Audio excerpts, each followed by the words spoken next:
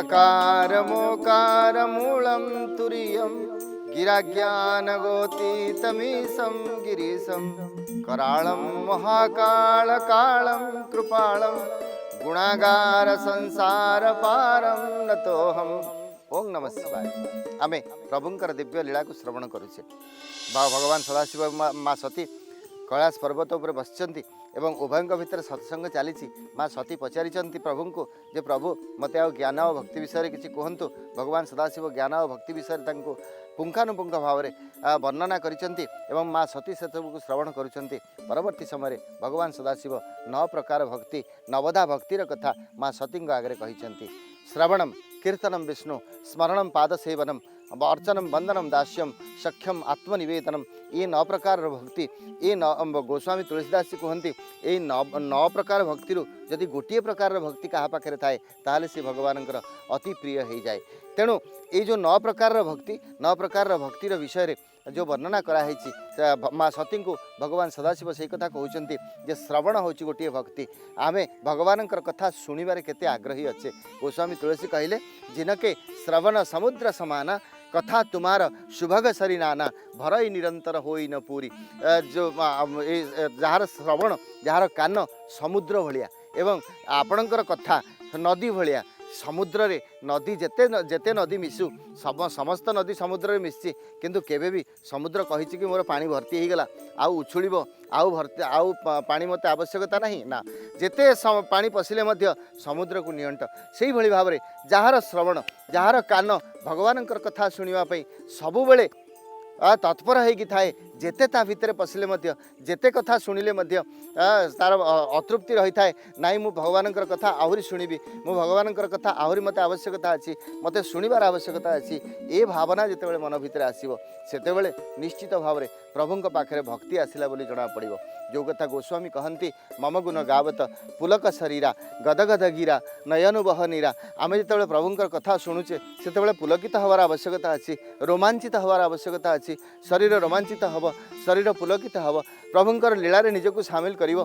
जेतेबेले भगवानकर कौनसी लीला आपण श्रवण करूचंती जेतेबेले भगवानकर कथा शुणुचंती लागे सते जमिति मु सेई भितर अछि कि मु ता भितर गोटे अंश कि जेतेबेले ए भावना मन भितर को आसीबो आपण निश्चित भाव में श्रवण भक्ति रे पहुँची गले बोली जानिबा को पड़िबो।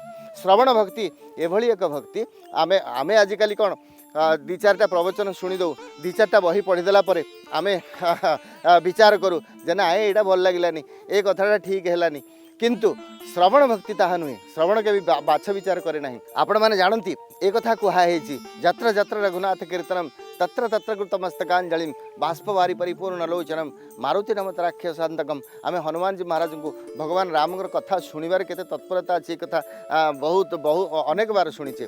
जोठी भी ए संसार भितर जोठी भी भगवान राम कथा हुए जोठी भगवान राम शब्द उच्चारण हुए निश्चित भाव में कौन ना कौन गोटे मुहूर्त पर हनुमान जी महाराज सेठी जाकि पहुँची जाती। ये हूँ श्रवण हनुमान जी महाराज को आम ज्ञानी नाम अग्रगण्यम बोली कहू। समस्त ज्ञानर अधिकारी होती हनुमान जी महाराज किंतु जड़े साधारण लोक भी जदि भगवान राम कथा कहूँ हनुमान जी महाराज निश्चित भाव में श्रवण करती निश्चित भाव में शुणती। यही कथा से कहूँ जे नाई नहीं आम केवे भी भगवान कथार बाछ विचार करवा ना भगवान कथा को आम आग्रहर सहित शुणा। जदि आग्रहर सहित शुणा ताहले निश्चित भाव में आम श्रवण भक्ति को प्राप्त कले बोली जानवा पड़ो। तेबे परवर्ती समय भगवान सदाशिव माँ सती को कीर्तन विषय कहते श्रवणम कीर्तनम विष्णु स्मरणम प्रातसेवनम। कीर्तनम अर्थात भगवान किसी समय भजन करी भगवान को किसी समय डाकिबी। आम कीर्तन संपर्क में अनेक दृष्टांत संसार भितर देखीचे। भर्जनम भवबीजानाम मर्जनम सुख संपदा तर्जनम जमदूतानाम राम नामेति गर्जनम। जो कथा शास्त्र कहूँ जे जदि ये संसार भितर भगवान पाखे पहुँचवार अच्छी ये संसार जन्म मृत्यु चक्र बाहर अच्छी ताहले भर्जनम भवबीजानाम मर्जनम सुख संपदा तर्जनम जमदूतानाम राम राम इति गर्जनम। जदि राम राम बोली गर्जन करिवा जदि भगवान नाम को उच्च स्वर रे आमे कीर्तन करिवा ताहले कौन हम ना ए भवबीज भाजी हो। आपण मैंने जानती जितेबाला कौन मंजी को आम भाजी दौ तापर ताकू पोतिले गछ हम ना।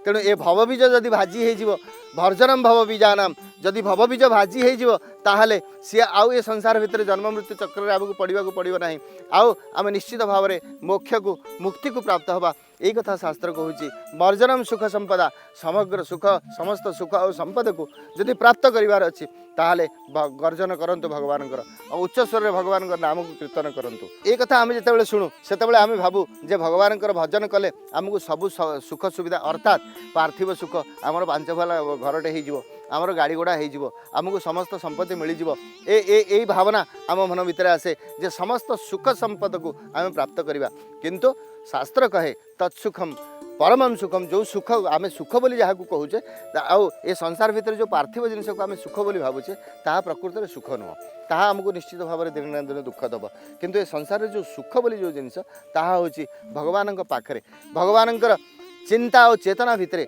भगवान सानिध्य रहा हूँ तत्सुखम परमम सुखम से सुख को आम प्राप्त कर आवश्यकता अच्छी आम भर्जनम भवबीजानाम मर्जनम सुख संपदा तर्जनम जमदूतानाम आम जमदूत मान जदि मुक्ति पाइबा चाहूचे आपण मैंने जानती आम संसार भितर अनेक समय शास्त्र पुराण मान शुणु जे आम जदि किसी पापकर्म करवा आम जदि किसी कुकर्म करवा आमको जम दौड़ी बांधी घोषारी घोषारी नहीं जाए एवं नरक पकईदेवे यही जो कथा अच्छी जदि से मुक्ति पाइबार अच्छी ताहले यही जमदूत मान कबल जदि निजक रक्षा करार अच्छी ताहले आम भगवान को उच्च स्वर भजन करवा कीर्तन करवा एवं राम राम बोली गर्जन करवा भगवान को जी जार इष्ट अच्छा आम बड़ पार्टी आम निजक संपूर्ण रूपे समस्त भावना को त्याग करी भजन करवा तेणु ये हूँ द्वितीय प्रकार भक्ति कीर्तन भक्ति आपण मैंने जानती श्री चैतन्य आसी ओडिशा को